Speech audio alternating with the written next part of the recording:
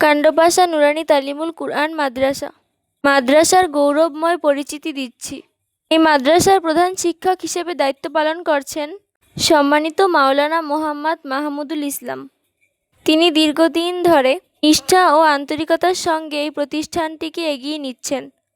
বর্তমানে সভাপতি হিসেবে রয়েছেন AKM ওয়াসিউদ্দিন বালী।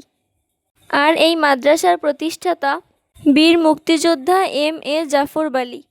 এখানে বর্তমানে 7 জন যোগ্য শিক্ষক ও অফিস সহকারী কর্মরত আছেন। ছাত্রছাত্রীর সংখ্যা 1.5 শতাধিক। শ্রেণী বিভাগ অনুযায়ী রয়েছে শিশু প্লে জামাত, শিশু নার্সারি জামাত, প্রথম, দ্বিতীয় ও তৃতীয় জামাত, চতুর্থ ও পঞ্চম শ্রেণী শীঘ্রই চালু হবে। শুধু আরবি শরীয়ত শিক্ষা নয়, সাথে সাথে বাংলা, ইংরেজি, গণিত ও সুন্দরভাবে শেখানো হয়।